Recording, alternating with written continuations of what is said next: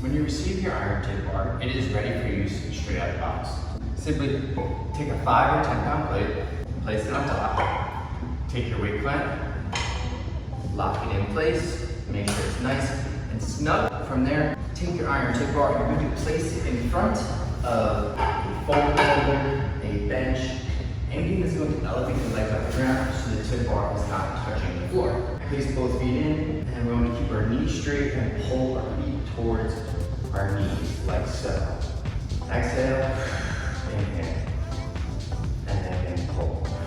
I really like using the foam roller for this because I get to mobilize the calves to a deeper stretch on the front side of my legs. If you find that this isn't comfortable because your shoes are minimalist or you just want to train barefoot, what you can do then is you can take off these grips here. So we can remove this grip, and I like to place it down here so I don't lose it.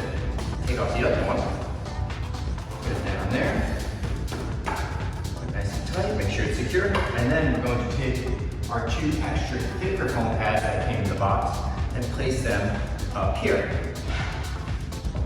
Do just what we did last time, same position. What you'll find is that the foam pads here is going to be a more secure, snug fit. So find what works best for you. If you have any questions about how to use the product, leave a comment below or shoot me an email to SquatWedgiez@gmail.com. Thank you. Have a great day.